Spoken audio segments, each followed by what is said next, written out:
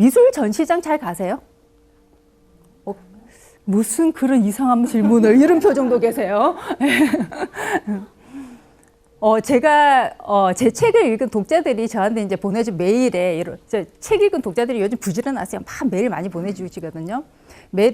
제 메일을 열어보니까 이런 내용들이 많았어요. 현대미술 하면은 다 어렵고 낯선 미술, 골치 아픈 미술 이렇게 많이 생각을 했다. 또 현대미술 하면 화격과 엽기의 다른 말 같다.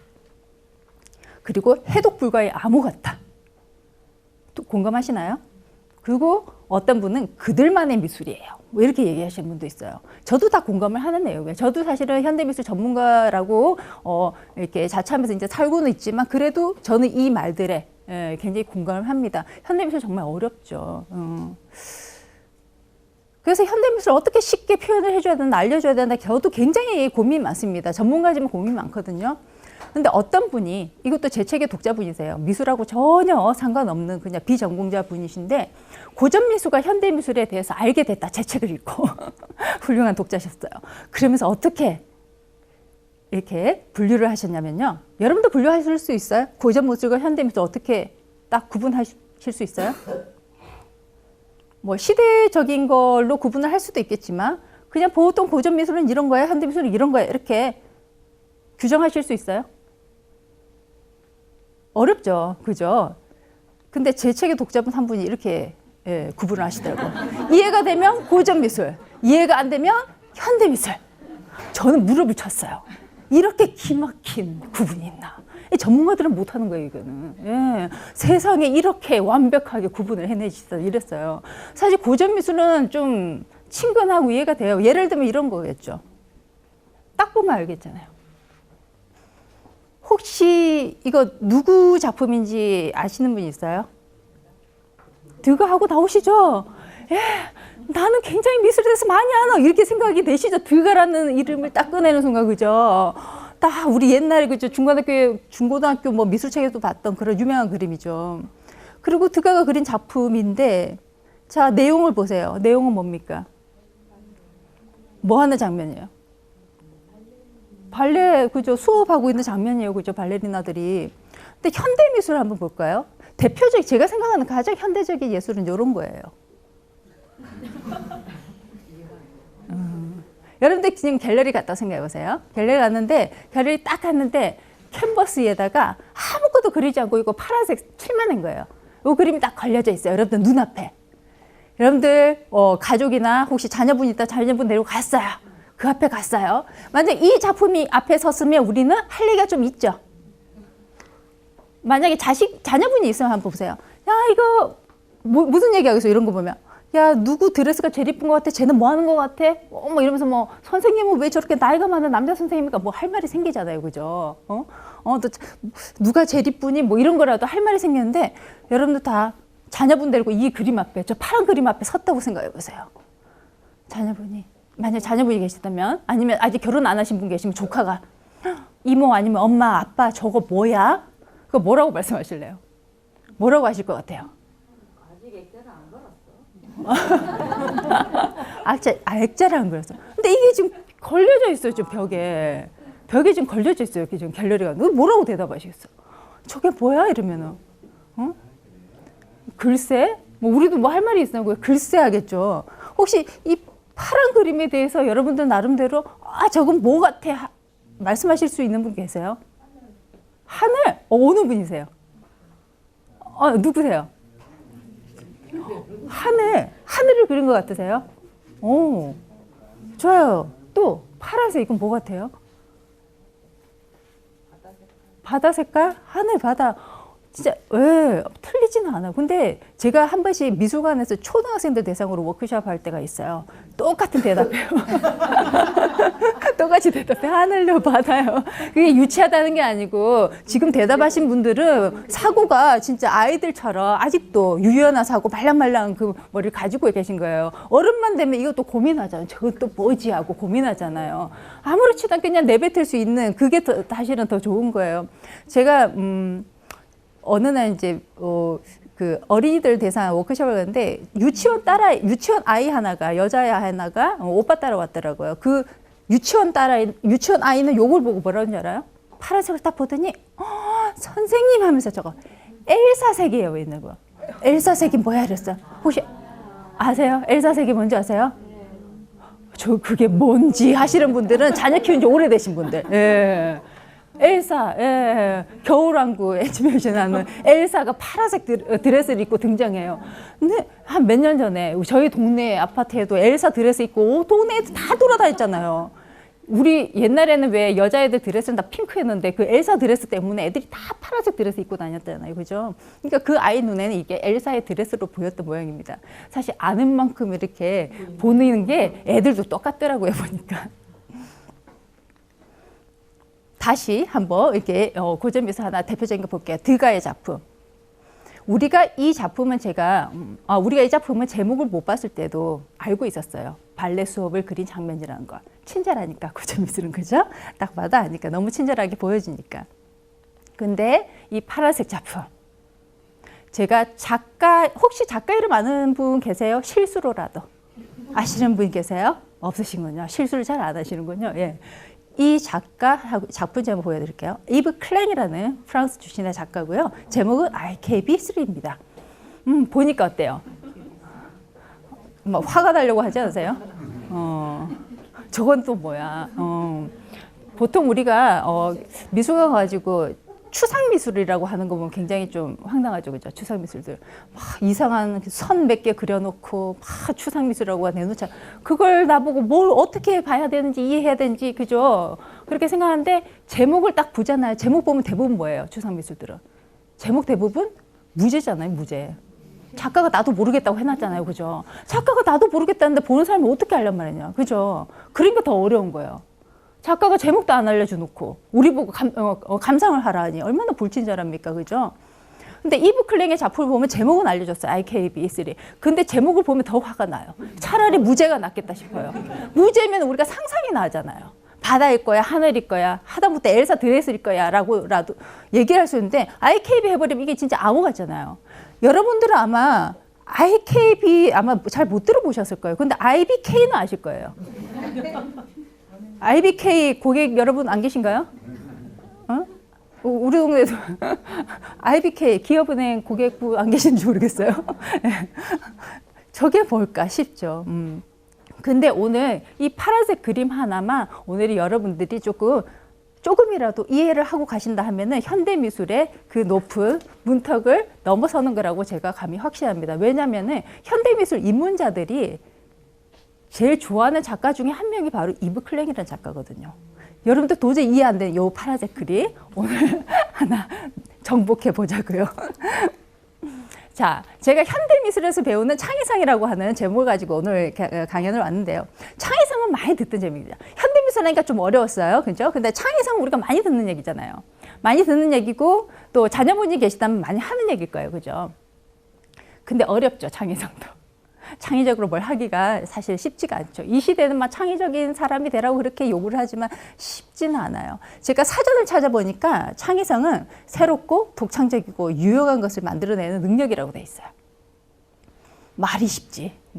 그게 되냐고요. 그죠? 예.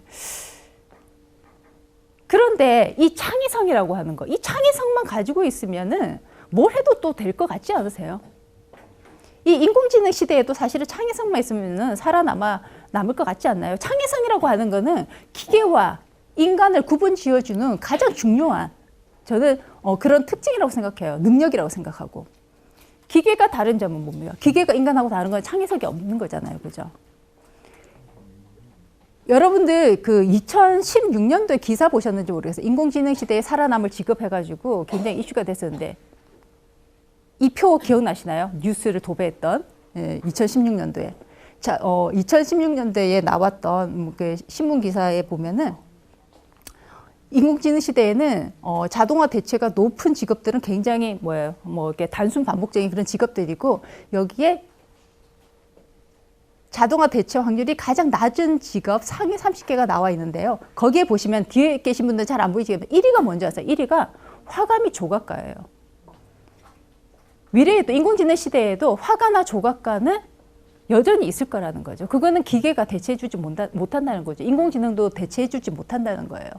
그리고 그 밑에도 보면 다 사진 작가고요. 뭐 다 뭐 연주가고 만화가고도 보면 큐레이터도 있고 막 그래요. 다 창의적인 그런 직업군들이 우리가 4차 산업혁명 시대에도 살아남을 거라고 얘기를 하고 있습니다. 그러니까 창의적인 직업군이 다 문화예술 관련직이라는 거죠. 그래서 문화예술을 알아야만 우리가 미래에 살아갈 수 있기 때문에 여러분들도 지금 이렇게 시간 내서 예술 강의 듣고자 지금 앉아 계신 거 아니겠습니까? 그죠?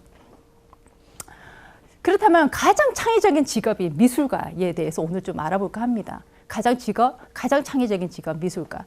제가 영어로는 contemporary artist라고 썼어요. 옛날의 화가 제가 19세기나 20세기 초에 화가란 예술가란 이렇게 물었으면 그때의 화가의 어떤 그 역할이나 이런 거하고 오늘날은 많이 다를 겁니다. 저는 현대 오늘날의 예술가에 대해서 얘기하고 싶습니다. 이 사진 보세요. 누군지 아시겠어요? 여러분들 대단히 다 사진만 봐도 화가 얼굴도 탁착착착 알아맞추시네요. 피카소도 굉장히 창의적인 예술가죠. 가장 창의적인 어떤 예술가 중에 한 명으로 꼽히는 이 피카소. 여러분들 뭐 잘 아시는 스티브 잡스 같은 경우도요. 스티브 잡스가 했던 유명한 말 있죠. Think different. 다르게 생각하라. 그 말을 하면서 누구 얘기를 했냐? 피카소를 맨날 들면 피카소는 항상 다르게 생각했다라고. 그게 너무도 중요하다라고 얘기를 하죠. 제가 생각할 때도 현대미술가들은요. 우리가 현대미술 작품을 만들어내는 작가 조금 살펴보고자 합니다. 이 작가들은 피카소처럼요. 진짜 일상을 좀 다르게 바라보는 사람들이 아닌가 싶어요. 여러분들 지금 뭐 보고 계시는 사진 한 장. 이게 뭘로 보이세요? 맞는 칼? 여러분들 하나쯤 갖고 계신가요? 여행 갈 때 들고 다니는? 이거 뭐라고 부르세요? 맞는 칼이라고 부르세요? 아니면? 맥가이버 칼. 예.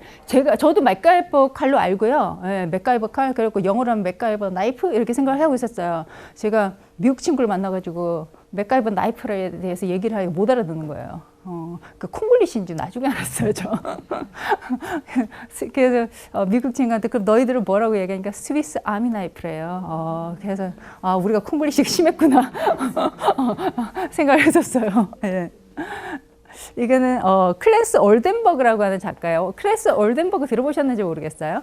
들어봤다 하시는 분들은 현대미술에 대해서 관심이 있기도 하지만 청계천 자주 가신 분들. 제가 무슨 얘기하는지 아시죠? 청계천의 그 스프링이라고 하는 조형물 있죠? 그 작가예요. 예, 클래스 올덴버그. 클래스 올덴버그가 만든 작품인데 클래스 올덴버그는요. 참 미술을 쉽게 하는 사람이에요. 제가 볼 때. 일상의 사물들 있잖아. 일상의 사물. 우리가 일상에 사용하는 것들을 사이즈만 크게 부풀려가지고 작품을 만들어내요. 그러니까 뭐 예술가들이 뭐 새로운 거 만들어내면 막 머리 쥐어짜고 굉장히 힘들 거 아니에요. 근데 이 올덴버그는 참 그 아이디어 자체가 처음에는 어렵게 나왔겠지만 하나의 컨텐츠를 만들고 난 뒤에는 참 쉽게 활용하면서 이제 스타가 된 그런 예술가입니다. 우리끼리는 그냥 맥가이버 나이프라고 합시다. 맥가이버 칼. 우리는 이거를 그냥 여행 다닐 때 맞는 칼 용도로 쓰죠. 그리고 끝이죠. 그죠? 아이고, 유용하네. 사기 잘했어. 이러고 끝이에요. 근데, 올덴버그 같은 경우는 이거를 펼치니까 이게 배 같아. 라고 생각을 하는 거죠. 일상을 조금 다르게 생각하는 거죠. 그리고 사이즈를 아주 크게 키워가지고 뉴욕의 도심의 한복판에 저렇게 작품으로 설치를 하는 거죠. 우리하고 똑같은 일상을 살면서도 이 사람을 좀 다르게 생각하고 다르게 실천했던 거죠. 제가 한국 작가 작품 하나 보여드릴게요. 여러분들 지금 보고 계신 이거 저게 무슨 작품이야 싶죠? 저도 안 갖고 싶죠? 안 그래요? 예. 요거 보이는 거 뭐예요? 이런 질문을 제가 해도 되죠? 요거 뭐예요? 제가 여쭤봐도 되죠? 이건 뭐예요? 이거는요? 이거는 주전자? 이거는? 예, 확실하죠? 예. 그게 뭘 질문이라고 하냐 싶죠? 근데 제가 이 작품의 제목을 보여드릴게요.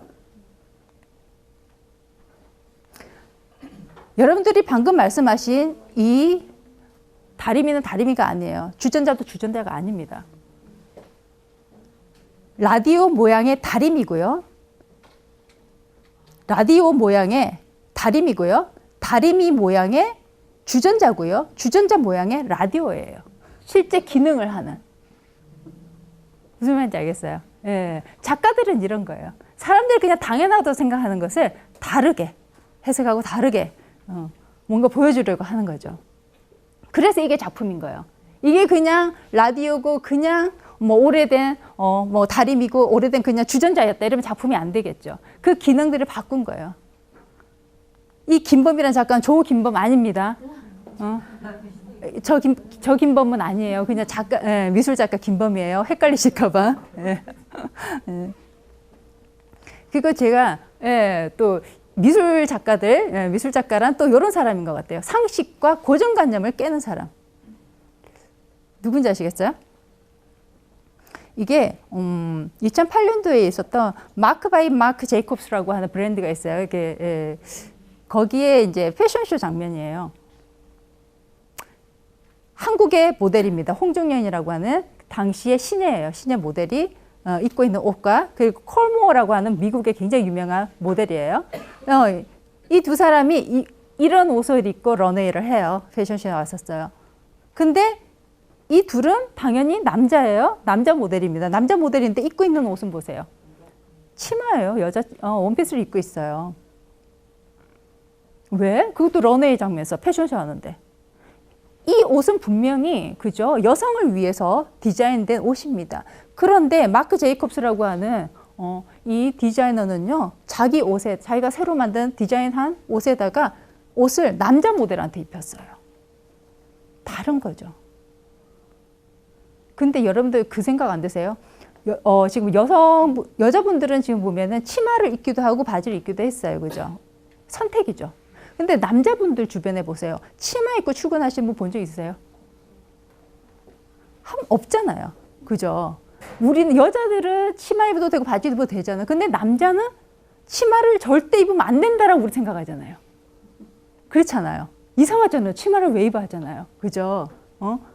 근데 21세기에 왜 그건 안 될까 싶지 않으세요? 그러니까 이런 디자이너들은 그런 데 대해서 의문을 가지는 거예요. 왜 안 될까 이런 거죠. 사실 스코틀랜드 같은 데 가면은 길거리에 다 타탄 체크 치마 입고 다 그죠. 막 연주하시는 분들도 많고 남자분들도 치마 많이 입죠. 그죠.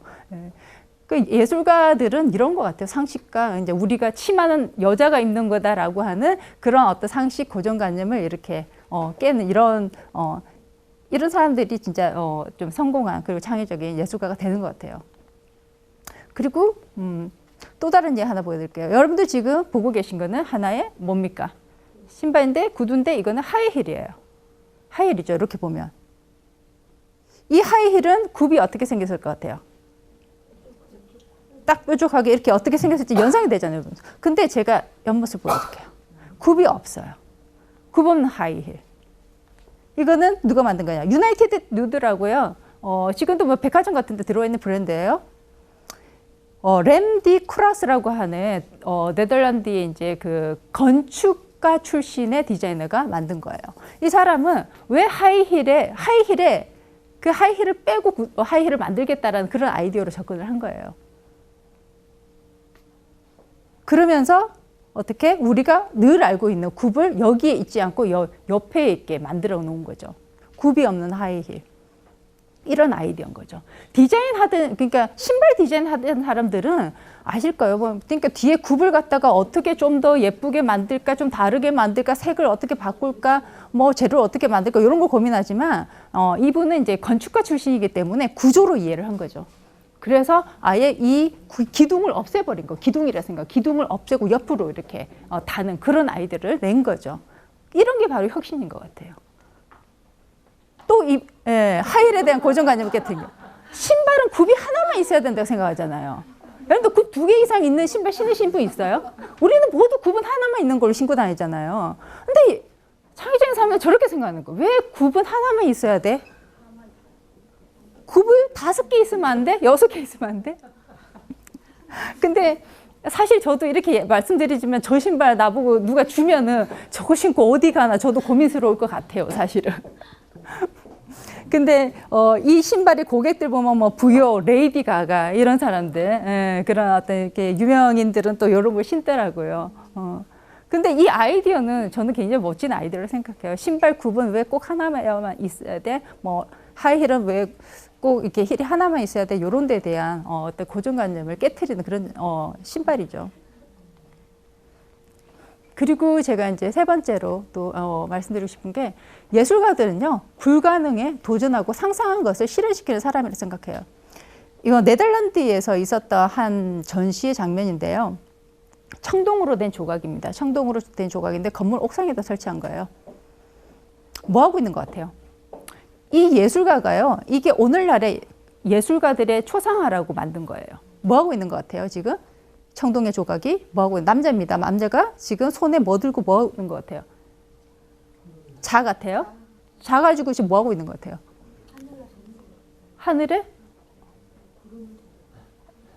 정확하세요. 척이 있으시죠. 예. 얀 파브르라는 작가인데요. 구름을 재는 남자가 제목이에요. 저게 바로 오늘날 현대 미술가들의 모습이라는 거예요. 말도 안 되잖아요. 여러분들 주변에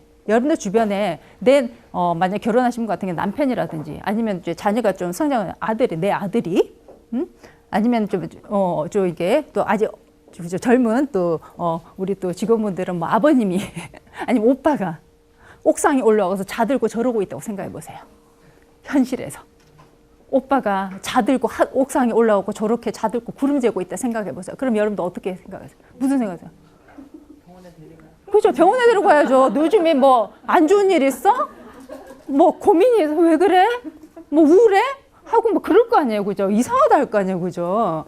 근데 얀 파브르는 그게 바로 미술가의 모습이라는 거예요. 남들이 다 미쳤다고 하는, 이상하다고 하는, 말도 안 되는, 상식도 안 되는 그런 것을 해내는 게 바로 예술가라는 거죠. 그러니까 솔직히 구름의 사이즈를 자로 잰다고 그 사이즈가 측정이 되냐고요. 말도 안 되잖아요. 하지만 그 불가능에 도전을 하는 거죠.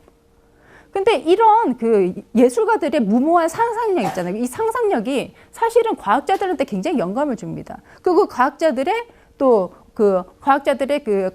개발해낸 많은 어떤 그 기술들, 그것이 또 예술가들한테 또 굉장히 영향을 주고요. 그래서 요즘에 유행하는 미디어 아트 이런 것들이 있을 수 있는 거죠. 자, 제가 이런 정말 창의적인 미술 작품들을 만들어내는 작가들은 좀 이런 모습들이 아닐까라고 제가 잠깐 소개를 해드렸고요. 그러면 여러분들한테 제가 오늘 사실은 꼭 소개해주고 싶은 굉장히 제가 생각할 때 좀 굉장히 창의성이 뛰어난 작품들을 몇 점 좀 보여주고자 하는데요. 우리가 일상에서 늘 할 수 있는 좀 질문을 통해서 작품들을 좀 살펴볼까 합니다. 우리가 이런 질문을 할 수 있잖아요. 미술은 꼭 아름다워야 할까? 이런 거. 미술, 말 그대로 한자 생각해서 아름다울 미의 기술 술자잖아요. 미술은 글자 자체가 미술, 아름다움이 이렇게 포함되어 있는데 미술은 꼭 아름다워야 할까요? 우리 아름답기를 기대는 해요. 그죠? 하지만 요즘 미술들 보면은 결코 아름답지만은 않죠. 그죠?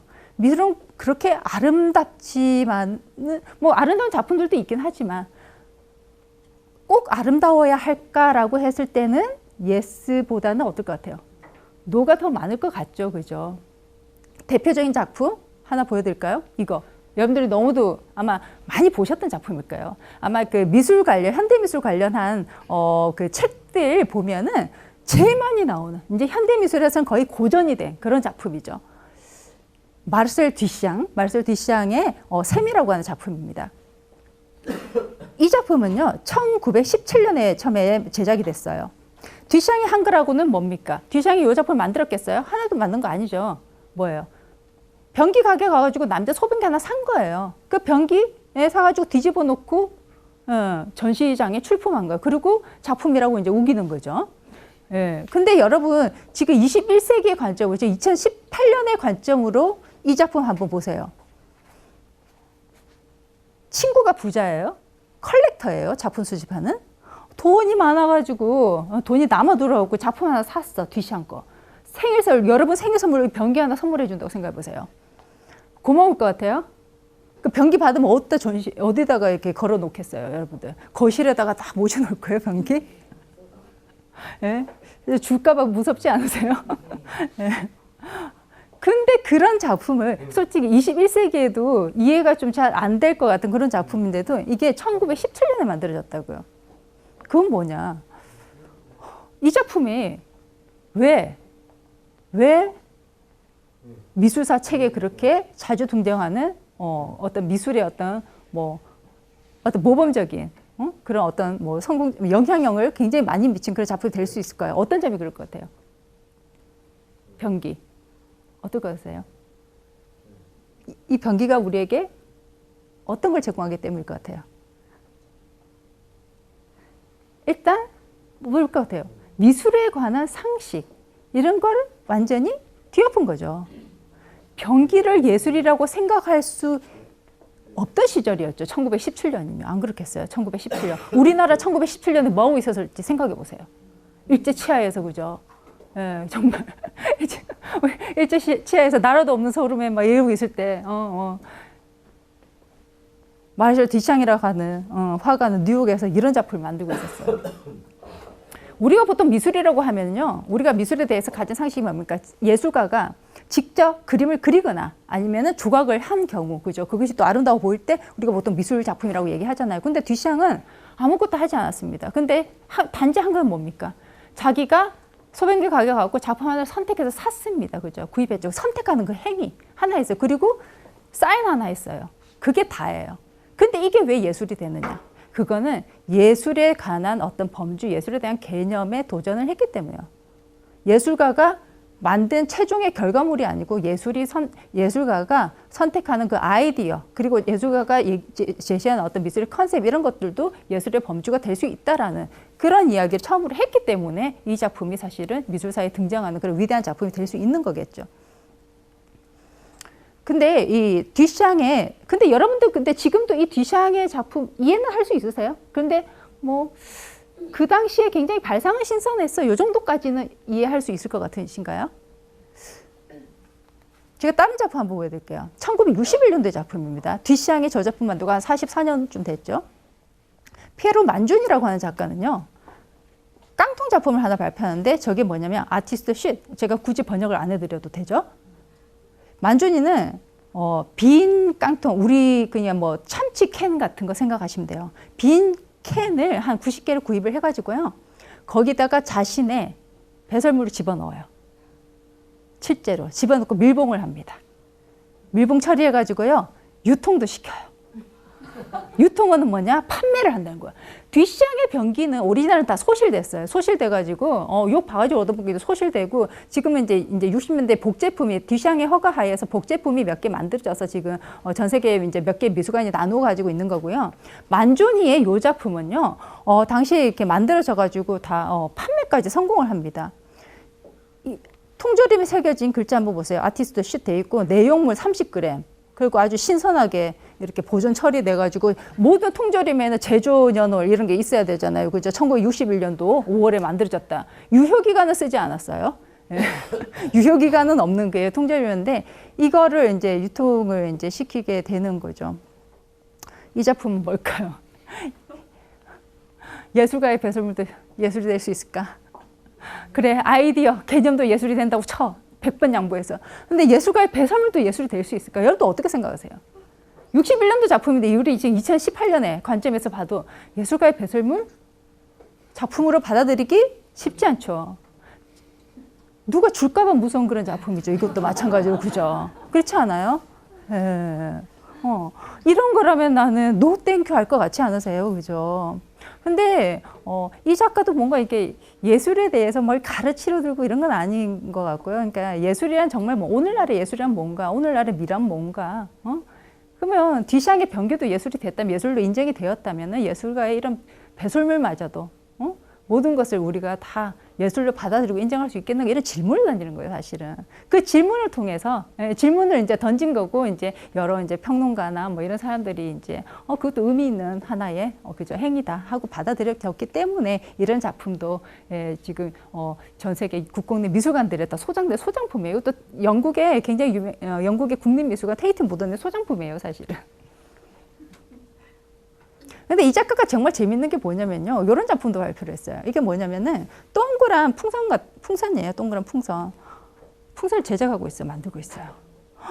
그럼 풍선도 작품이야? 이게 아니고 왜 뭔지 알아요? 예술가의 호흡도 예술이 될 수 있나? 그리고 공기 1리터당 20센트씩 받고 판매해요. 앞에 그 통조림은요, 30g어치의 내용물을 30g의 금값하고 맞바꿨거든요. 여러분들은 말도 안 된다 하지만 그 당시에 금값을 주고 그걸 산 사람들은요, 그만큼의 그 작가의 아이디어가 그만큼 가치가 있다고 판단했던 거예요. 어이없죠. 근데 이 작가는 이제 공기도, 그렇다면 예술가의 공기도, 이렇게 작품이 될 수 있는가 하고, 질문을 던졌는데 왜 이렇게 판매 성공까지 합니다. 그만큼 일단 예술의 어떤 범주, 어떤, 이런 것들을 넓혀가는 어떤 과정에서 탄생했던 그런 작품들인 거죠. 여러분들이 제가 강연을 다니면은 한 번씩 듣는 질문 중에 하나가 이거예요. 선생님 꼭 그림을 잘 그려야지 화가가 될 수 있을까요? 주변에 어린이들, 특히 초등학교 정도 되면 요즘에 초등학교 2학년만 돼도 나는 그림에 소질이 없어. 이런데요. 그 소질이 없다는 건 내가 똑같이 잘 못 그릴 경우는 나는 소질이 없어 하고 미술을 접는데요. 그럼 그림을 그럼 잘 그리면 똑같이 잘 그리는 애들 있잖아요. 잘 그리면은 그럼 그 아이는 훌륭한 화가 아니 훌륭한 예술가가 될 수 있을까? 안 그려도 된다는 사례를 여기서 보여준 거예요, 제가. 네. 그린 게 하나도 없어요. 이건 솔직히 애들한테 물감 주고 칠해라도 해요. 그렇잖아요. 파란색만 칠하는 거. 여러분들도 다 할 수 있는 거잖아요, 사실. 그렇지 않아요? 그냥 물감에, 그냥 캔버스에다가 파란색 물감만 칠하는 거, 그 누가 못해요, 그죠? 누구나 할 수 있습니다. 근데 지금 여러분들이 이렇게 하면은 예술로 인정 못 받겠죠. 이미 그가 했으니까. 이브 클랭이 벌써 1960년에 이런 작품을 했기 때문에. 근데 이 작가의 위대한 점은 그거예요. 정말 회화, 그림에 대한 상식 이런 것들 깨트리는 거예요. 그림에 대한 상식 한번 보세요. 그림이란 건 어떻게? 그림에 그림에는 여러 가지 좀 요소가 있어야 된다고 생각하죠. 거기에는 구도도 있어야 되고 뭔가 조형미도 있어야 되고 그리고 색과 선과 이런 것들 막 우리가 얘기하는 것들 있잖아요. 그런 게 다 있어야 된다고 하는데 이브 클랭은 다 무시하는 거예요. 그림 속에 아무것도 없어야 된다. 아무것도 그리지 않고도 그림을 만들 수 있다라고 생각하는 거예요. 아무것도 그리지 않고 아무것도 표현하지 않고 오로지 색깔 하나만 가지고도 나는 회화를 만들어 보겠다라고 얘기를 한 거예요. 아무것도 없이 회화, 색깔만 칠하고 회화라고 얘기를 했는데 그게 여러분들이 이해가 안 되지만 이 작품이요. 소더비 크리스티 가면요. 200억, 300억 합니다.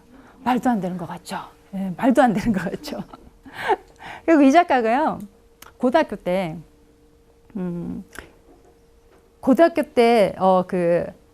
프랑스 니스 바닷가 출신인데 니스에 바닷가에 이렇게 친구하고 둘이 누워가지고요. 바닷가에 누워가지고 지중해 바다와 이렇게 하늘을 보면서 하늘 어딘가 사인을 했대요. 고등학교 때. 그러면서 저 하늘이 나의 첫 예술 작품이야 이랬대요, 친구한테. 고등학교 때. 그러니까 그 옆에 누워있던 친구는요. 바닷가 땅에다가 사인을 하면서 그러면은 난 이 땅이 나의 첫 예술 작품이야 이랬어요. 둘 다 예술가가 됩니다. 둘 중에 누가 더 성공했을 것 같아요? 이브 클랭이 더 성공해요. 왜냐? 땅은 내 거에 우긴다고 되는 게 아니라 땅은 다 소유주가 있어요. 근데 하늘은 소유주 없잖아요. 굉장히 영리한 작가예요. 제가 볼 때 이 이브 클랭은 미술의 역사상 가장 영리한 작가 중에 한 명입니다. 이 이브 클랭이 왜 파란색을 선택했냐? 아까 제가 처음에 여쭤봤을 때 우리 선생님들 때 얘기했죠. 하늘, 바다 얘기했죠. 그게 답이에요. 지중해 이 파란 하늘, 바다 이런 거 표현하고 싶었던 거예요. 그게 바로 정신의 색이고 자유의 색이고 일반 물감을 띄어놓은 그런 색이라고 생각하면서 파란색을 표현했는데 문제는 뭐냐? 기존의 물감 회사에서 만들어내는 파란색 물감이 마음에 드는 게 없어요. 여러분들 한번 생각해요. 옷가게에 갔는데 마음에 드는 옷이 없어. 자켓 하나 사 입고 싶은데 마음에 드는 게 하나도 없어. 그럼 어떻게 해야 돼요? 그럼 네가 만들어 입어야 하잖아요. 옆에서. 그죠? 똑같아요. 마음에 드는 파란색이 없으니까 이 작가는 자기가 원하는 그 파란색, 그 영혼의 색, 그거를 만들어내는 거죠. 피그먼트 사가지고. 그래서 1960년에 자신이 개발한 청색 IKB를 가지고 특허까지 냅니다. 마음에 안 들면 자기가 만들어야 되는 게 맞는 거죠. 그래서 IKB가 무슨 뜻인지 알겠죠? 인터내셔널 클랭 블루의 약자인 거예요. IKB 블루. 근데 저 그냥 파란색이 아니에요. 굉장히 약간 형광빛이 도는 파란색인데 보면 굉장히 예쁩니다. 예. 울트라마린 블루라고 하는 물감들 색 중에 하나인데 그거 굉장히 비슷해요. 예. 저 파란색 하나 잘 만들어서 저 파란색 하나 잘 만들어갖고 이 작가는 참 그 다음부터 작업을 참 편하게 해요. 예를 들면 이런 거죠. 루브르 같은 데 가면은요. 루브르 미술관 같은 데 가면 아트샵에 가면 이런 거 기념품들 많이 팔아요. 그냥 사가지고 파란색 칠만 하면 돼요. 그럼 자기 작품이 되는 거예요. 참 작품 쉽게 하지 이런 거 보면 그죠? 그 파란색 하나로. 원래 이거는 다 다른 작가의 작품이야. 미켈란젤로 작품이고 이렇게 생각하지만 파란색을 칠했기 때문에 파란색을 칠함으로써 이거는 미켈란젤로의 작품이 아니고 어떻게 이브 클랭의 작품이 되는 거예요. 그 색깔 하나 가지고 파란색 하나 개발해 가지고 이렇게 작가로서의 이렇게 이름을 남기는 그런 작가가 이름을 남기게 되어서 얼마나 영리합니까? 그때 성공한 예술가가 되려면요. 그냥 뭐 작품만 막 많이 남긴다고 되는 게 아니고 후대 작가들한테 영향을 많이 줘야 되거든요. 영향력 있는 작가가 돼야 되는데 이브 클랭에 또 영향을 받은 현대 작가가 여러 명이 있는데 그중에 대표적인 게 무라카미 다카시라고 하는 작가예요. 들어보셨나요? 무라카미 다카시는 여러분들 앤디 워홀 들어보셨죠? 일본의 앤디 워홀이라는 별명을 가지고 있는 굉장히 유명한 작가예요. 예. 그 무라카미 다카시가 서울에서도 개인전을 했었거든요. 무라카미 다카시가 정말 다카시 작품은 이런 거예요. 막 애니메이션처럼 뭐 이렇게 막 캐릭터들 뭐 있고 이런 작품인데 그래도 이 작품은요, 이 파란색을 칠하면서 IKB, 이브 클랭이 IKB의 영향을 받았다고 얘기를 합니다. 예. 그리고 이브 클랭의 IKB는요, 이렇게 현대미술 작가한테만 영향을 준 게 아니고 다양한 산업 분야에 영향을 줍니다. 이렇게 인테리어라든지 아니면 패션이라든지 뭐 가방 이런 게 다. 그래서 이 IKB가 그냥 IKB가 아니에요. 이 저 색깔을 보시면 저게 저 딱 특유의 그 색이 있는 거예요. 여러분들 아마 제가 이렇게 보여줬을 때 아마 주변에 집에 옷장에 뭐 스카프나 뭐 이렇게 자켓 같은 거 저런 색깔 가지고 계신 분 있을 수도 있고 내 친구가 저런 거 비슷한 가방이 있는데 하시는 분도 있을 거예요. 그죠? 다음에 그런 사람을 만난다면요. 친구 만나거나 했을 때 친구가 저런 거 가지고 오고 이러면은 꼭 얘기하세요. 어머, 얘 그거 IKB 블루 같다. 한번 이렇게 얘기해 보세요. 있어 보이죠, 그죠? 그런데 가서 이렇게 있어 보이게 얘기하라고 이렇게 강의 듣는 거예요, 사실은. 맞아, 그죠? IKB 몰라? 이러면서 이브 클랭이라는 작가가 한 블루인데 이러면은 벌써요. IKB 이브 클랭 그 단어에 여러분들은 벌써 엄청 그죠? 예, 현대 미술의 무슨 이제 매니아 좀 되게 보이는 거예요, 사실은. 예. 그러자고 강의 듣는 겁니다. 또 이제 제가 세 번째 질문 하나 또 드려볼까 합니다. 죽은 상어 한 마리 예술품이 될 수 있을까? 상어가 지금 바닷가에서 저렇게 헤엄치고 있는데 헤엄치고 있을 때는 상어죠. 살아있는 상어인데 얘가 죽었을 때 얘가 죽어 있는 상태 걔가 예술이 될 수 있을까요? 있을 것 같아요? 있을 것 같아요? 죽은 상어 한 마리는 그냥 죽은 상어이지만 그걸 예술로 만든 작가가 있어요, 사실. 그게 누군지 혹시 아세요? 너무 유명한 작가인데. 그림을 보여드리면 아하 하실 수도 있어요. 이 작가예요. 본 적 있으세요? 아닌가요? 지금부터 그럼 보여드리겠습니다. 데미안 허스트라고 하는 영국 작가입니다. 데미안 허스트. 죽은 상어 한 마리를 거대한 수족관에 이렇게 집어넣어서 둥둥 띄워놨어요. 이 수족관 안에 그냥 물이 채워져 있으면 상어는 썩습니다. 그러니까 이 수족관의 물은 다 뭐냐? 방부액이에요. 포름알데히드로 가득 찬 방부액에다가 상어 한 마리를 둥둥 띄워놓은 거예요, 지금. 그러고 작품이에요. 사람들은 다 그냥 데미안 허스트의 상어라고 불러요, 이 작품을. 상어라고 하는데 데미안 허스트는 이 작품의 제목을 살아있는 자의 마음속에 존재하는 죽음의 물리적 불가능성 굉장히 어렵게 붙여놨어요. 제가 볼 때는 이것도 약간 영국 작가거든요. 영국 작가하고 미국 작가의 약간 그 좀 차이점 같아요. 미국 작가들은요, 혹시 잭슨 플록이라는 작가 들어보셨는지 모르겠는데 잭슨 플록 작품을 보면 다 그냥 넘버 1, 넘버 2 이런 식으로 이렇게 해요. 미국 같은데 가보신 분도 아실 거예요. 뭐 뉴욕도 다 1번가 2번가 탁탁탁 이런 식이잖아요. 근데 영국 작가들은요, 작품 하나 보더라도 사람들은 상어라 부를지라도 이렇게 굉장히 시적으로 이렇게 표현을 해요. 그런데 여러분, 다 수족관에 들어있는 저 상어 한 마리, 저게 왜 예술품일까요? 저게 여러분들 실제로 미술관에 가는데 저희가 있다고 생각해 보세요. 충격스럽지 않을까요? 저게 어떻게 예술이 될 수 있지? 근데 여러분들 요것만 보니까 별로 감흥이 없으시는데 제가 다른 관점에서 이 작품을 한번 설명해 볼게요. 이 작품은요. 세상에서 가장 비싼 상을 쓴 거예요. 돈 얘기하면 조금 더 여러분들이 관심을 가질 수 있을 것 같은데 이 작품은요. 제작비가 한 1200만 원 들었어요. 근데 이거를 찰스 사치라고 하는 컬렉터가 1억 원 주고 산 거예요. 91년도에. 그리고 찰스 사치라고 하는 사람이 2005년도에 저거를 140억 원에 판매를 하게 됩니다. 그러면 상어가 다시 보이죠. 저 상어가 다시 보이죠. 여러분들은 지금 140억 원짜리 상어를 보고 계십니다. 그러면 왜 싶죠? 저 상어가 뭐길래? 그리고 이 작품을 제작할 때 데미안 허스트는 겨우 20대의 무명 작가였어요. 20대의 무명 작가가 저 작품 하나 잘 해가지고요. 세계적인 스타 작가가 됐어요. 과연 저게 뭐길래?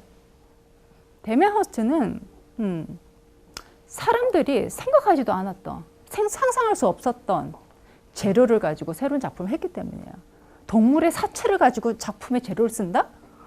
굉장히 쉽지 않은 일이 아닌가요? 그죠?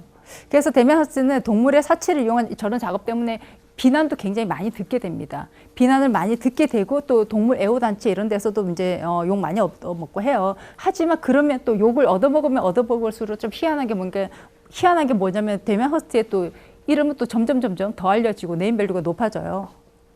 근데 사실 저는 저 작품을 처음 봤을 때 들었던 의문이 뭐냐면은 저 작품 만들 때 데미안 허스트가 20대의 무명이었는데 대학 갓 졸업한 20대 무명 작가가 1200만 원이라는 그 제작비는 또 어떻게 구했으며 그리고 런던에 살고 있던 데미안 허스트가 어떻게 저런 상어를 구해서 저런 작품을 만들 생각은 할 수 있겠지만 어떻게 저렇게 실현을 시켰을까 이런 생각이 들더라고요.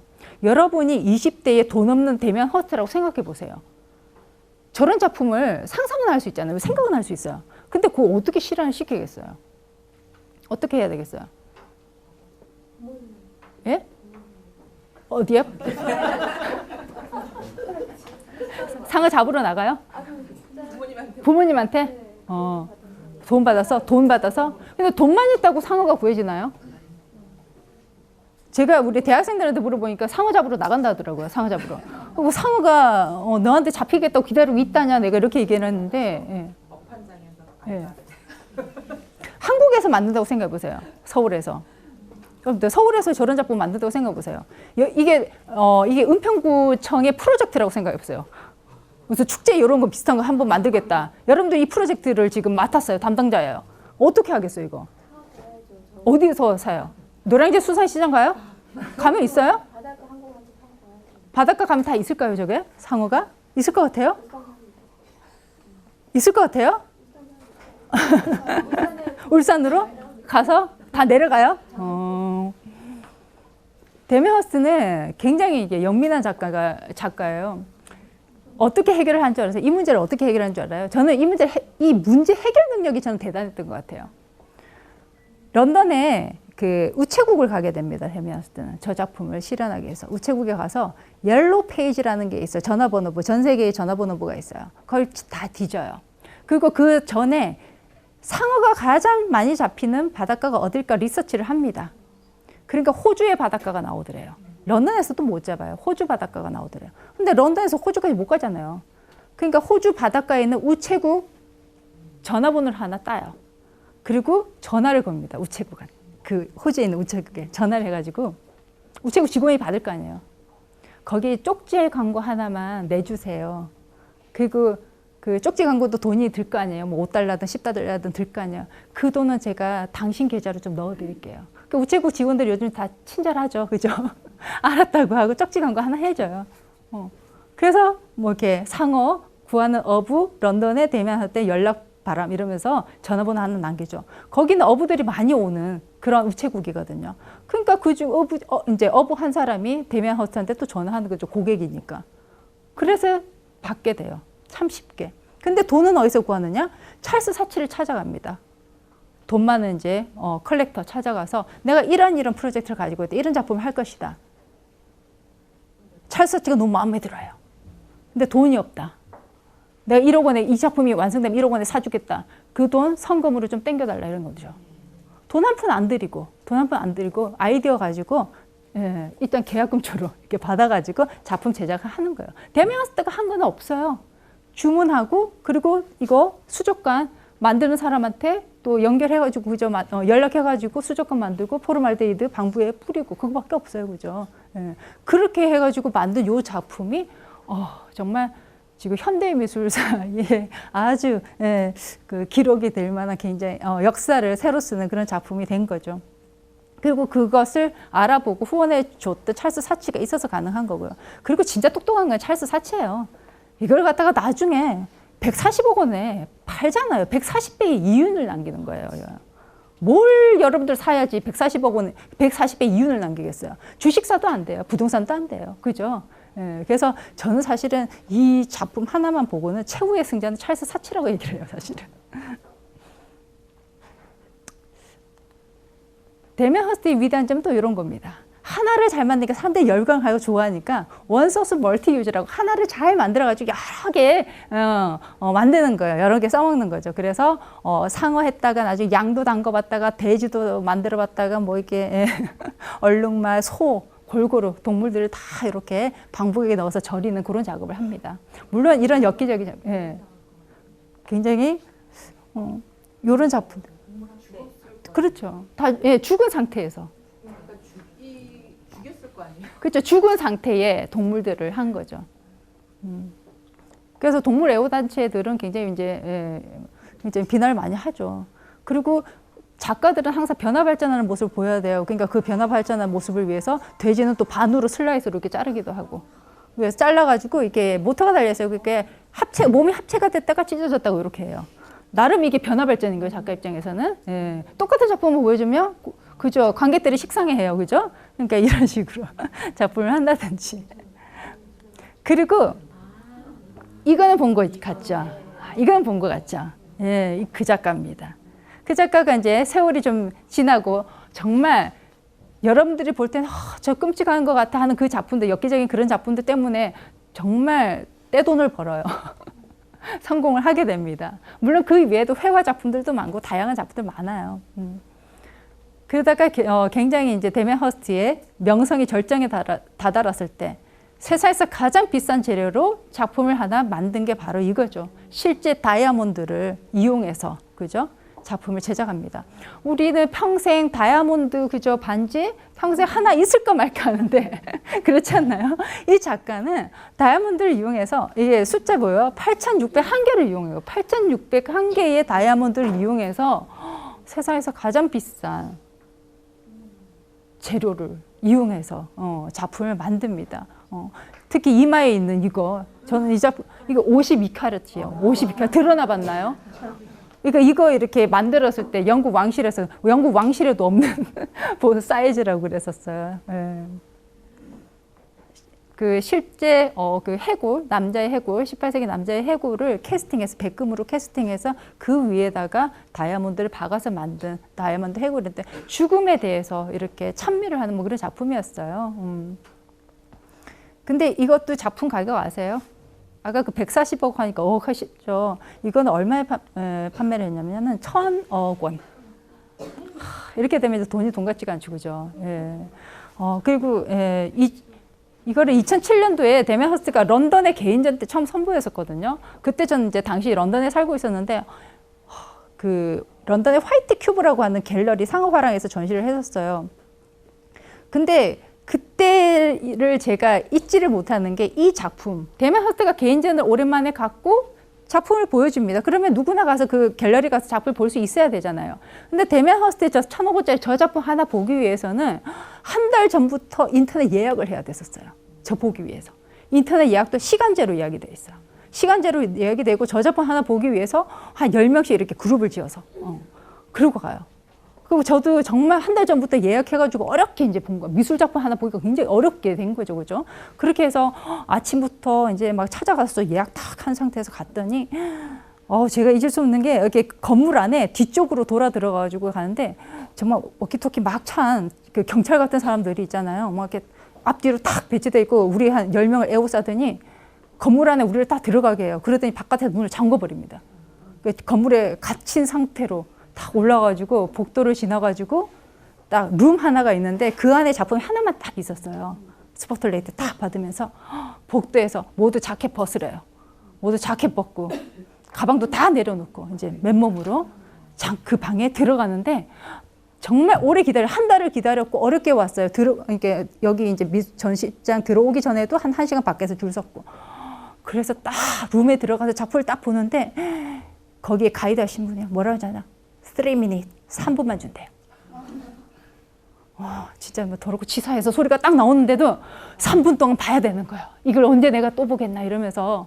근데 참 어떻게 생각하면 미술작품 하나 보는 걸 너무 어렵게 만들어놔서 비판이 이뤄야 되는데 작품을 딱 보는 순간에 조용히 정말 이렇게 대단한 작품을 내가 역사에 남을 만한 이런 작품을 보게 되는 거야. 이런 마음이 들게끔 만들어놨어요. 이제 분위기가. 예. 그러니까 그 누구도 뭐 컴플레인을 하지 않더라고요. 예. 그래서 참 어렵게 저도 이제 봤던 그 작품이었는데 그래서 아직도 기억에 남습니다. 근데 이 작품을 데미안 허스트가 2007년도에 발표를 했을 때요. 그때가 그랜드 투어에 해가지고 유럽 전역이 미술 축제들이 막 동시에 4개가 동시에 뭐 이렇게 열렸던 해였어요. 베니스 비엔날레부터 시작해서 아트 바젤, 뭐 뮌스터 조각 프로젝트 이런 뭐 유명한 뭐 이렇게 그 미술 전시들이 동시에 열렸던 해였는데 런던에서 데미안 허스트가 이 작품 보일 때 베니스 비엔날레 바젤 아트페어 거기서 동시에요. 해골이 붐을 일었어요. 그게 데미안 허스트의 영향력인 거예요. 데미안 허스트가 다이아몬드 해골 하나 발표함으로 인해서 전 세계에 있는 해골 작업하는 작가들 다 모아놓은 거예요. 그게 한 작가의 영향력인 거죠. 근데 데미안 허스트가 저런 작품을 하게 된 계기는 그래요. 데미안 허스트 원래 가난한 작가였어요. 아버지가 돈이 많지 않았어요. 양아버지 밑에서 자랐고. 대학 내내 아르바이트 했었어요. 어디서 아르바이트 했냐? 장례식장에서 아르바이트해요. 장례식장의 페이가 좀 좋답니다. 장례식장에서 알바하면서 항상 죽음을 목격하고 죽음에 대해서 이제 생각을 했던 거죠. 그래서 죽음을 가장 직접적으로 보여주는 방법이 뭐가 있을까? 죽음에 대한 경고를 가장 직접적으로 할 수 있는 방법이 뭘까 생각하다가 죽은 동물의 사체를 이용해서 죽은 동물의 사체를 우리 눈앞에 바로 보여주는 그런 방법을 선택했던 거예요. 그리고 이제 다이아몬드 해골도 마찬가지예요. 죽음을 너무 어둡고 두려운 어떤 느낌을 하는 게 아니고 죽음을 또 굉장히 그죠 화려하게 이렇게 좀 꾸며놓은 거예요. 예. 어쨌거나 데미안 허스트는 작업을 통해서 정말 전 세계에 해골 붐을 일으키면서 그 해에 정말 이슈를 독차지하는 그런 작가가 되었죠. 데미안 허스트 모습이에요. 데미안 허스트는요 정말 다니는 곳마다 막 기자들을 몰고 다녀요. 우리가 예술가 하면 어때요? 여러분들이 보통 예술가 하면 어떤 이미지 가지고 있어요? 뭐 찢어진 청바지에 뭐 좀 이게 좀 머리도 좀 이상하게 막 히피 스타일을 하고 다닐 것 같고 뭐 이렇게 생각을 하잖아요, 그죠? 근데 데미안 허스트 보세요. 굉장히 무슨 뭐 성공한 뭐 배우처럼 뭐 이렇게 해다녀요. 예. 그리고 데미안 허스트 가는 곳마다 이렇게 뭐 파파라치부터 시작해가지고 뭐 이렇게 온갖 기자들 쫓아다니는 정말 슈퍼스타입니다. 오늘날의 성공한 예술가들은 이런 모습이에요. 그리고 데미안 허스트가 지금은요 스스로가 컬렉터가 되었어요. 돈을 굉장히 많이 벌었어요. 소장품이 얼마나 되는지 소장품이 3,000점이 넘어요. 지금은 데미안 허스트는 그냥 작가로서 뿐만 아니고 컬렉터이자 또 자기 나름대로 이제 갤러리도 운영하고 있고 그래서 정말 슈퍼 스타의 모습을 지금 보여주고 있어요. 제가 4번째 질문 또 하나 드려볼게요. 재료 하나 바꿨을 뿐인데 혁신적인 미술이 될 수 있을까? 조금 다른 케이스긴 한데 마크 퀸이라고 하는 이것도 영국 작가예요. 아마 이 작품도 여러분들 좀 듣보잡 작품일 수도 있을 것 같아요. 근데 미술계에서는 또 굉장히 유명한 작가입니다. 마크 퀸. 마크 퀸이라는 작가가요 자기의 두 상을 만든 거예요. 마크 퀸은 참고로 미대를 나오지 않았어요. 요즘에는 미대 졸업하지 않고도 훌륭한 예술가가 되는 경우가 꽤 많습니다. 미술대학이 꼭 훌륭한 예술가들을 배출하는 시스템이 아닐 수도 있거든요. 마크 퀸은 좀 똑똑했어요. 캠브리지 대학에서 역사학을 공부하고 미술사를 전공한 사람이에요. 그런데 이 작품 하나로 정말 미술계의 또 스타가 됩니다. 근데 왜? 이 작품 특이한가요? 딱히 그렇지 않아요? 자기 얼굴을 만든 거예요. 자기 얼굴. 자기 자화상을 만든 거예요. 조각으로. 근데 왜 이 작품이 그렇게 혁신적인 미술로 주목을 받았을까요? 재료 때문에. 재료가 뭘 것 같아요? 보통 우리가 조각하면 재료를 뭐 떠올려요? 조각의 재료는 보통 돌이라든지 머석고라든지 그죠? 청동이라든지 뭐 이렇게 이런 걸 많이 생각하죠. 이 재료 혹시 알아맞힐 수 있을까요? 감이 안 오나요? 빨간색입니다. 재료가 피예요, 피. 자기의 피예요. 어휴 하시죠, 그죠? 자기의 피를 수혈해서 작품을 만든 거예요. 조각이라고 하는 건 어떻습니까? 단단한 고체를 이렇게 깎아내거나 아니면 이렇게 주물러서 이렇게 덧붙이거나 이렇게 해야지 조각이 되는데, 마크 퀸 같은 경우는 액체를 조각에 재료를 쓴 거예요. 액체를 어떻게 조각으로 만들 수 있어요? 액체는 조각이 되려면 어떻게 해야 돼요? 액체가 고체로 어떻게 변환이 됩니까? 액체를 고체로 만드는 방법은 얼려야 되잖아요. 그죠? 그래서 이건 얼린 거예요. 이게 전부 다 피예요. 피를 색칠을 한 게 아니고 이게 피 덩어리예요, 사실은. 그리고 이 색은요, 물감을 칠한 색이 아니에요. 빨간색 자연의 색이에요. 전부 피의 색이에요. 그리고 이 피가요, 이 피로 만든 이 조각을 보여주기 위해서 냉동 상태에 있으니까 밑에는 냉동고고요. 여기는 특수 제작한 어떤 냉동고예요. 위에는 작품이 보일 수 있게 투명한 이렇게 유리로 돼 있고요. 이것도 작가가 개발한 거예요. 자기 작품을 보여주기 위해서. 자기 작품을 보여주는 형식은 일반적인 그냥 갤러리에서의 뭐 이렇게 좌대 위에 놓는 그런 방식은 안 되니까 이런 작품들을 이런 특수 냉동고를 제작을 하게 되는 거죠. 제작 과정 보여드릴게요. 이거요. 수혈하고 있죠. 이게 작품 제작 과정이에요. 오늘날 현대미술가들의 작품 제작 과정이란 겁니다. 참 어떻게 보면은 진짜 피나는 노력이란 게 이런 거죠. 여러분들 진짜 피나는 노력 이렇게 해보셨어요? 진짜 피를 짜내면서. 그리고 이 사람이 쓴 그 조각에 사용한 그 피의 혈액량이 한 4리터가 넘는데요. 성인 남성의 몸에 들어있는 그 혈액량만큼이래요. 근데 그거 한꺼번에 수혈하면 어떻게 돼요? 죽잖아요. 그죠? 그러니까 한 5개월 정도의 어떤 기간을 두고 계속 이게 피를 수혈을 하고요. 그리고 요 똑같은 작품을 5년에 한 번씩 해요. 하나의 의식인 거. 피를 한 번씩 바꾸는 거예요. 피를 한 번씩 다 뽑아내가지고 앞으로 하는 거예요. 이런 거 보면 참 요즘 작가들 힘들겠다 싶죠. 새로운 재료를 만들기 위해서 새로운 남들이 쓰지 않은 재료. 왜냐하면은 자화상은 여러분들 미술의 역사에 보면 자화상을 만들었던 작가 너무 많아요. 회화에도 굉장히 많죠. 회화에도 자화상 많이 그렸던 작가 많잖아요. 누가 있어요? 뭐 반고흐라든지 렘브란트라든지 그죠? 자화상을 그렸던 작가들 많죠. 그리고 웬만한 작가들은 다 자기 자화상을 한 번쯤은 그려보거나 만듭니다. 자기 정체성에 대해서 한 번쯤은 다 의문을 갖기 때문에.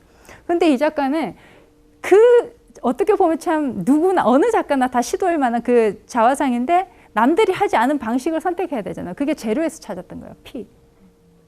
피라는 건 정말 DNA를 가지고 있잖아요. DNA 복제는 정말 나와 똑같은 분신을 만들어내는 거잖아요. 그죠? 그래서 피로 만든 이 작품으로 참 유명해졌는데 제가 또 재미있는 게 뭐냐면 이 작품이요. 똑같은 그 에디션 하나가 서울에서도 볼 수 있어요. 서울에 여러분들이 아라리오 뮤지엄 인 스페이스라고 있어요. 안국동 쪽에 가면 거기에 가면은 거기에 대표님이 이 작품을 또 소장을 하고 있어요. 그래서 여러분들 가시면은 서울에서도 이 작품 볼 수 있어요. 그리고 사치 갤러리가 맨 처음에 가지고 있었던 오리지널 작품은 지금은 소실되었다라고 알고 있어요. 제가 신문 기사에 따르면요, 뭐 청소하시는 분인지 갤러리 청소하시는 분이 실수로 코드를 뽑았대요. 전기가 어떻게 됐겠어요? 구청에서 그런 일이 있었다 한번 생각해 보세요. 작품을 이렇게 했는데 직원 실수로 코드 뽑아가지고 작품이 어떻게 다 내려 녹은 거죠. 예. 그래가지고 기자들이 막 달려갔어요. 그래가지고 이제 그 기자들이 달려가지고 이제 작가한테 달려가가지고 막 질문을 해요. 당신의 그래도 첫 작품이 이렇게 이렇게 녹아 없어졌는데 어떻게 생각하냐, 안타깝지 않아? 이러니까 마크 퀸 멋있게 대답합니다. 뭐라고 하냐면요. 우리의 인생도 한순간에 훅 하고 갈 수 있는 거다. 사고로, 한순간에 사고로. 그렇잖아요. 교통사고 당해서 우리가 내일 없을 수도 있는 거잖아요. 내 작품도 마찬가지다. 응? 작품도 영원한 건 없는 것이다. 한순간에 이렇게 사라질 수도 있는 것이다. 이렇게 다 멋지게 대답을 해요. 그 작가들은 역시 그죠? 생각이 좀 다른 것 같습니다. 제가 5번째 질문 한번 해볼게요. 현대미술은 참 쉬울까? 가끔 여러분들 현대미술 보면은 저거 나도 하겠다 싶은 작품들 있죠. 저게 무슨 작품이야? 싶은 거 있잖아요. 그죠? 저거 나도 하고, 저거 나도 하겠다. 저게 무슨 예술 작품이야. 이런 말 많이 하잖아요. 저도 그랬던 경험이 있어요.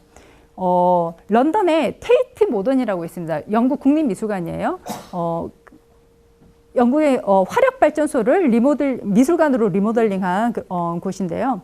여기 내부에 터미널이라고 하는 기획전 전시 공간이 있어요. 여기 아이 웨이웨이라고 하는 작가가 초대되어 와서 해바라기 시라고 하는 설치 작품을 한 적이 있습니다.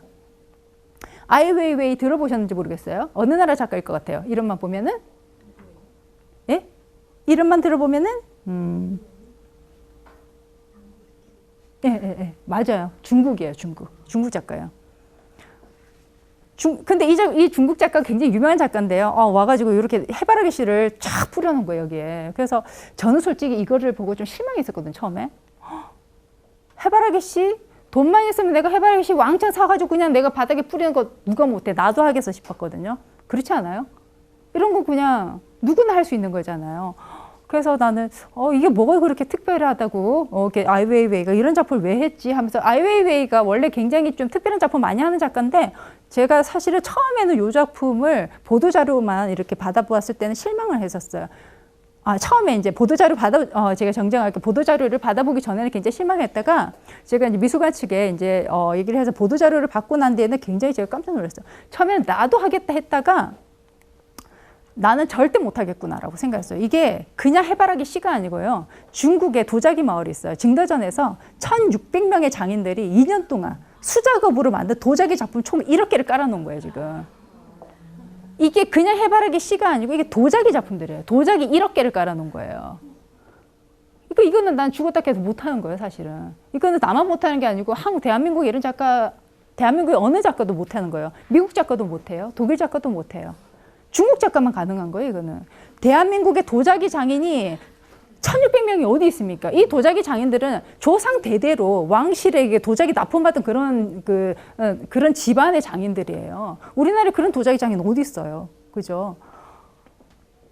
대단하다고 생각을 했었습니다. 정말 이걸 보고 내가 정말 이렇게 이 아이웨이웨이 대단하다. 그리고 왜 또 이렇게 깔아놓느냐 하니까 아이웨이웨이가 인터뷰에서 이런 말을 해요.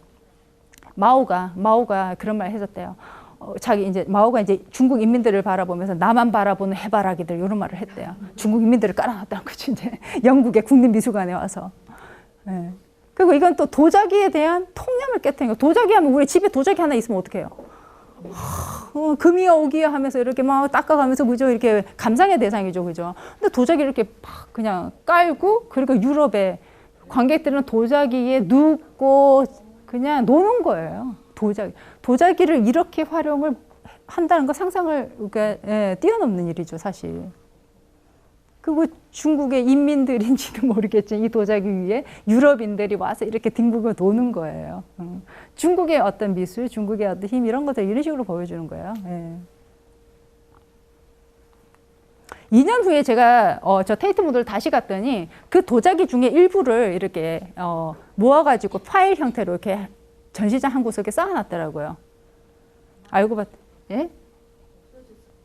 아니, 그건 다 이제 이게 하나에 4.5달러씩 파는 이게 작품들이에요. 그래서 다 가져가고 그리고 이제 일부만 미술관이 구입을 해서 이렇게 쌓아놓은 거예요. 2012년에 이제 전시 있고 나중에 이제 아이웨이 작품 그 해바라기 씨 작품 중 800만 개만 1억 개는 비싸니까 다 못 사고 그 중에 800개만 사가지고 이렇게 파일 형태로 쌓아놓은 거예요. 근데 요것만 보면 제가 조금 없어 보이는 거예요. 어떻게 보면.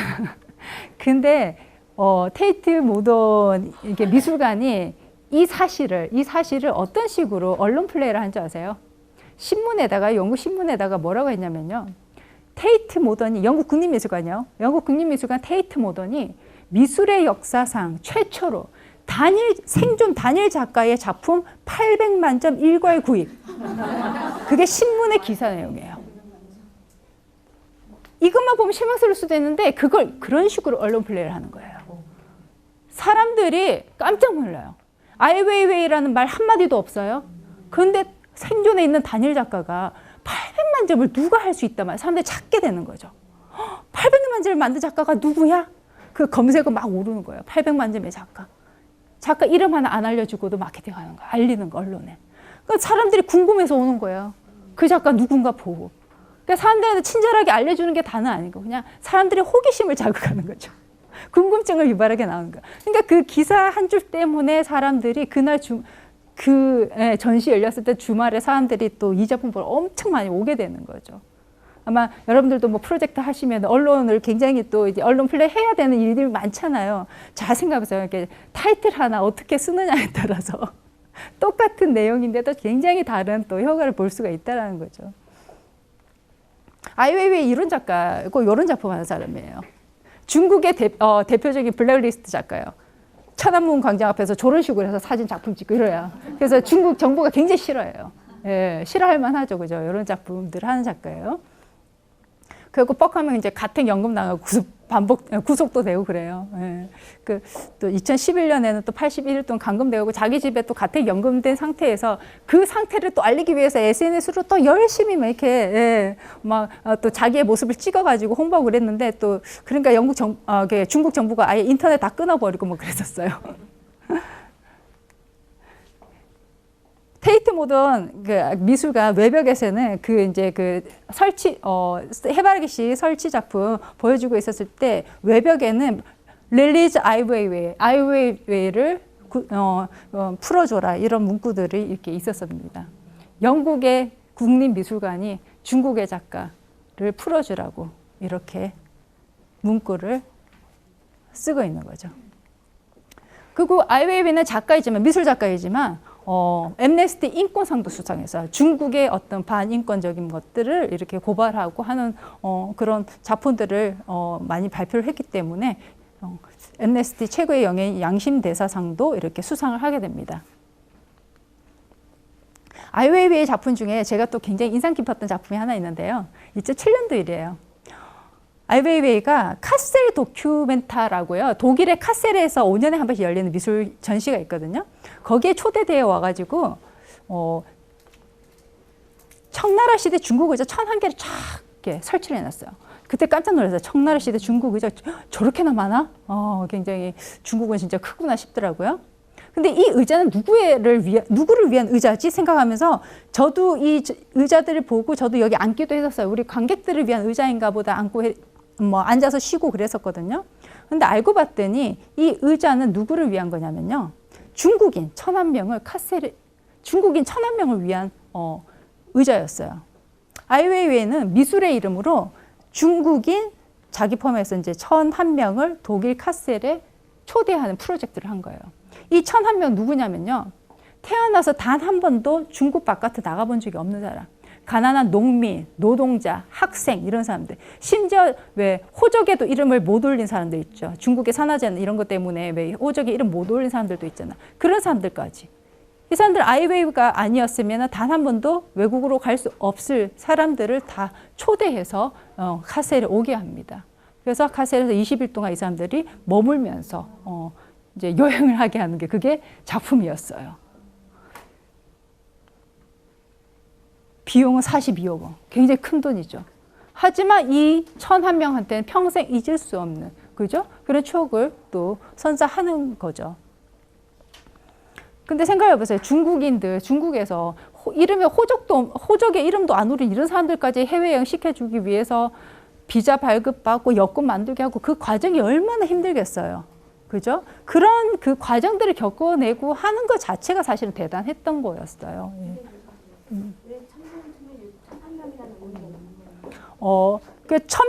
한 명은 자기이고 본인이고요.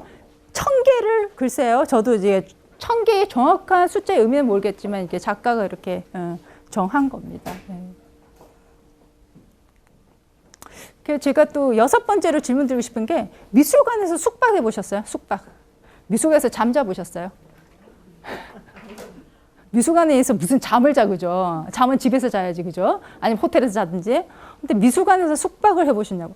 요즘 작가들은 참 새로운 걸 시도하기 위해서 별거 다 해요. 그래서 미술관에서 숙박하는 프로젝트도 선보이게 됩니다. 카스틴 휠러라고 하는 작가인데요. 뉴욕 구겐하임 미술관에서 선보였던 작품이에요. 회전하는 호텔룸이라는 작품인데요.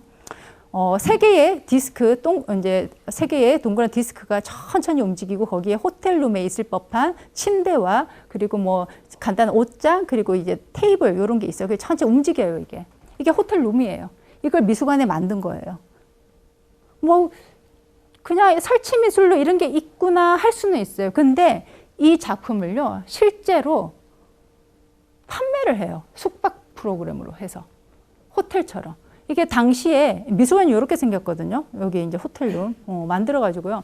당시에 그 미술관 홈페이지에서 내걸었던 광고 문구예요. 회전하는 호텔룸 해가지고요. 그 하늘 아래 미술관에서 하룻밤 묵어보세요. 평생에 단 한 번의 기회입니다. 그러면서 가격은 259달러에서 799달러. 그 밥도 준대요. 아침밥도. 진짜 호텔식으로. 이제 어떻게 됐겠어요? 엄청나게 인기를 얻게 되죠. 근데 가격이 왜 이렇게 다른 줄 알아요? 주말은 비싼 거예요. 호텔처럼. 주말은 비싸고, 그리고 제일 싼 거 259달러는 월요일 가격. 보통은 이제 뮤지엄이 월요일 문 닫잖아요. 그죠? 월요일 가격. 그리고 그 월요일은 누구를 위한 거냐? 조금 가난한 뭐 학생들을 위한 가격이었어요. 근데 학생이라 하더라도, 대학생들 얘기죠. 대학생이라 하더라도 두 명이 259달러면 한 뭐 30만 원 정도라면은 대학생이면 15만 원씩 쉐어하면 충분히 그죠? 이용할 수 있는 돈인 거죠, 사실. 여러분이라면 이거 할 것 같아요? 평생에 단 한 번밖에 없는 기회니까. 그리고 이 구겐하임 미술관의 소장품은 어마어마하게 좋은 소장품들이에요.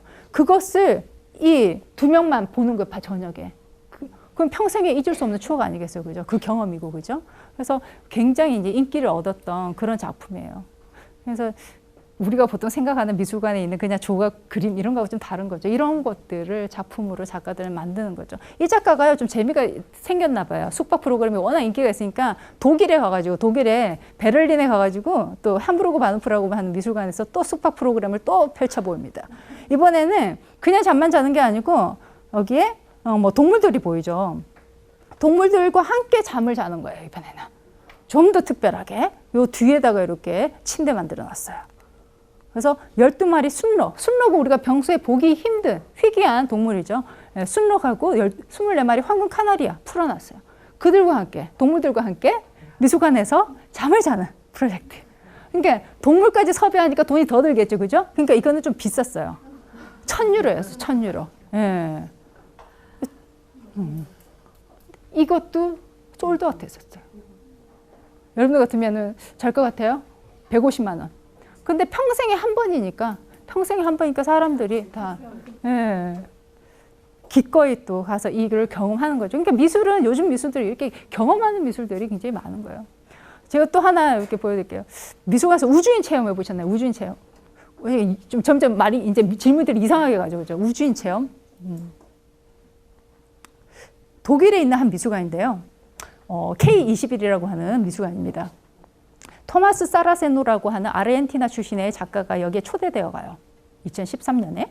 그리고 작품을 선보입니다. 여기 건물 옥상은 유리로 이렇게 돔식으로 돼 있거든요. 여기서 어떤 작품을 선보이냐. 제가 조감도였는데 이게 한 50m 정도 이렇게 다 뻥 뚫려 있는 그 공간이에요. 거기에다가 네트 그물들을 깔아가지고 이런 우주처럼 이렇게 만들어 놓은 거예요. 제가 사실은 이 작품을 보도자료로만 먼저 보고 너무 가보고 싶은 거예요. 그래서 제가 이 전시를 진짜 보기 위해서 2015년도에 진짜 티켓을 끊었어요. 독일 디셀도르프에. 사람들이 제가 이제 뭐 이렇게 사람들이 다니는 거 봤는데 둥둥 막 떠다니는 거예요. 둥둥 막 걸어 다니는 거예요. 저기서. 너무 재밌어 보이는 거예요. 그래서 내가 진짜 예술가의 상상력이 다 집약된 그런 놀이터 같잖아요. 나도 저기서 거닐고 싶어. 평생 이번이 아니면 내가 언제 저렇게 우주인처럼 저렇게 상공에서 걸어보겠어. 우주 가려면 돈 많이 들잖아요. 그죠? 근데 뭐 까짓것 하면서 투자를 했습니다. 정말 환상적이더라고요. 제가 직접 찍은 건데 진짜 현대미술은 정말 이제는 감상의 대상이 아니고 오감의 진짜 경험의 대상이 된 것 같아요. 제가 2015년에 처음 갔었는데 가니까요 등산복하고 등산화를 다 착용해야 되더라고요. 다 이게 사이즈별로 다 있어요. 그거를 입고 제가 이제 올라갔어요.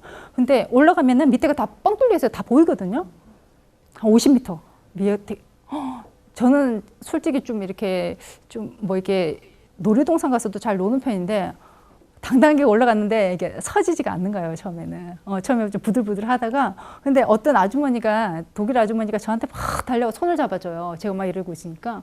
그리고 그 아주머니 따라서 이렇게 갔는데 그 아주머니 날아다니는 거예요, 위를. 그래서 당신 어떻게 이렇게 잘 이렇게 다니냐고. 난 너무 무서워서 서지도 못하겠는데. 이러니까 2년째 올라와 있대요. 아르바이트 하는 아주머니여서. 그러니까 한 달 아르바이트 하려고 올라왔는데 계속 전시가 원래는 한 1년인가 하려고 했는데 사람들이 너무 좋아해가지고 계속 연장한 거예요. 그래서 몇 년째 연장을 하다 보니까 이 아주머니는 잠깐 알바하러 왔다가 몇 년째 여기에 지금 상공에서 알바 중이셨어요. 예. 그래서 제가 2015년에 갔다가 너무 좋아가지고요. 2017년 작년 여름에는 제가 이제 아는 분들 26분을 데리고 같이 또 갔어요. 가서 진짜 이것만 하고 왔어요. 미술관에 가서. 이런 공간이에요. 저기서 제가 거느렸거든요.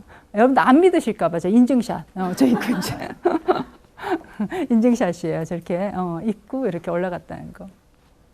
그리고 이제 마지막 때 질문인데 무리를 걷는 기적을 체험해 보셨어요. 그러니까 이제 미술하고 좀 점점 멀어지죠. 그래서 무리를 걷는 기적 하니까 무슨 도를 믿으십니까? 뭐 비슷한 분위기가 되고 가고 있는데 저기 종교 단체에서 나온 건 아니고요. 무리를 걷는 기적.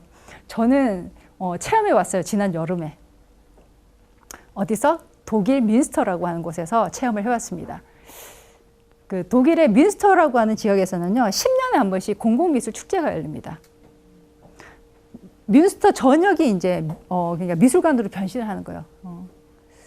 그래서 그때 작년이었죠. 작년에 그 뮌스터 조각 프로젝트에 출품됐던 작품이 한 35점 정도가 있는데 그 중에 가장 인기를 얻었던 작품을 하나 소개해드리고자 합니다. 아이시 에르크맨이라고 하는 작가의 작품인데요. 이게 작품이에요. 눈에 보이는 거 하나도 없어요.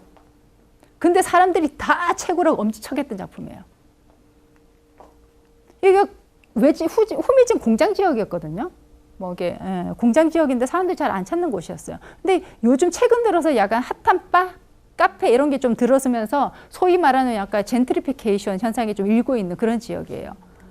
그 지역에 도심천이에요. 도심천 위에 작품을 설치했는데 육안으로 봐서 작품은 하나도 보이지 않아요. 근데 작품을 거니는 사람들만 있는 거예요.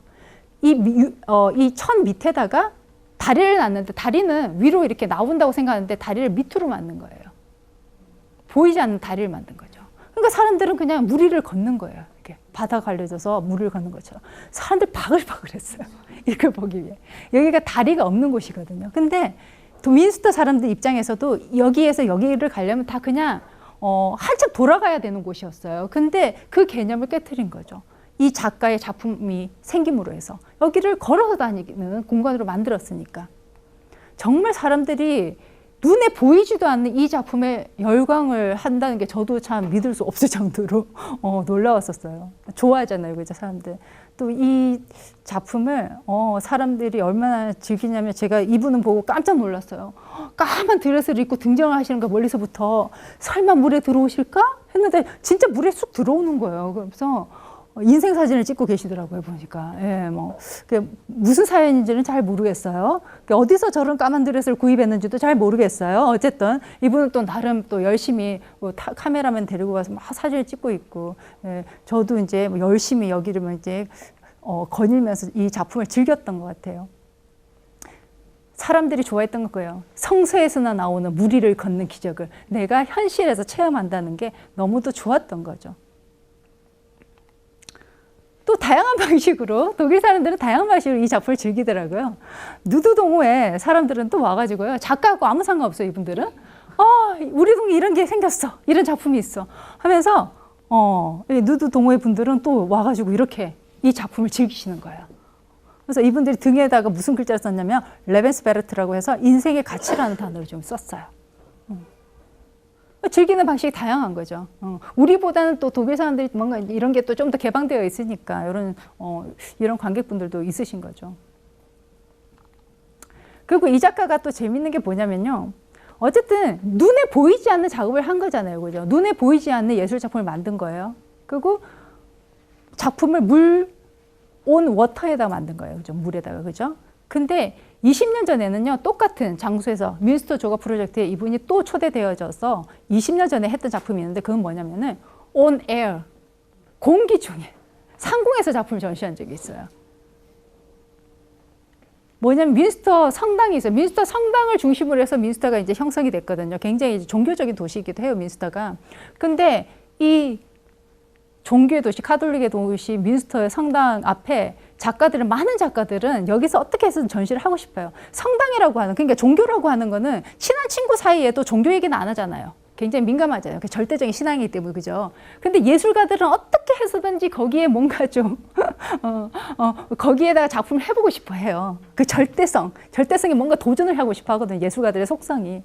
그래서 많은 예술가들이 성당 앞에다가 작품을 설치했다가 반대 때문에 작품을 이제 철수를 하게 되고, 뭐 작가들은 그런 거죠. 성모 마리아상도 노랗게 칠해버린다든지 뭐 그러는 거예요, 작가들은. 그러면 또 이제 요거도 먹고 철수하게 되고 뭐 이런 일이 많았어요. 근데 이 작가는 어떻게 성당 앞에 작품을 이제 설치를 못하게 하니까 성당 위에다가 하늘에다가 작품 들고 이렇게 쫙 도는 거예요. 왜냐면은 성당도 뭐라고 못하는 게 자기 땅은 뭐라고 할 수 있지만 하늘에서 어쩌는 거는 소유권이 없기 때문에 뭘 항의를 할 수 없는 거죠. 그러니까 작가들은 보면 이런 것 같아요. 진짜 안 되면 되게 하라 정신.